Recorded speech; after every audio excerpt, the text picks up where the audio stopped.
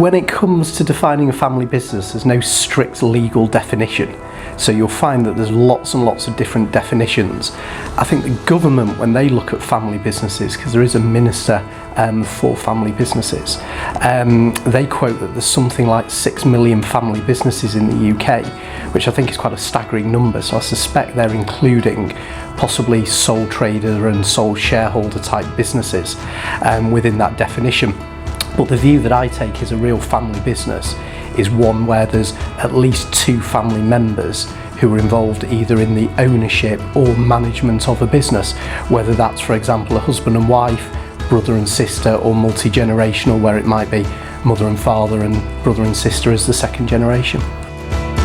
So yeah, there's a number of different types of family businesses. You have family owned, where the consensus is a family, and that might be 1, 2, 3, 4 family members own a majority of the shares in a company. So from an ownership perspective, they own that business, but they are then removed from day-to-day management or perhaps board control or influence. So that's family owned.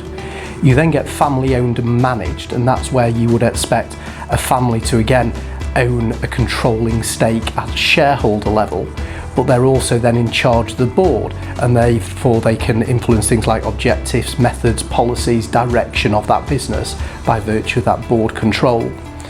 And then what you get is also family owned and led businesses, where again you would expect a family to have a majority stake from an ownership perspective at shareholder level, but they will have some board representation, but that might just be one family member on the board.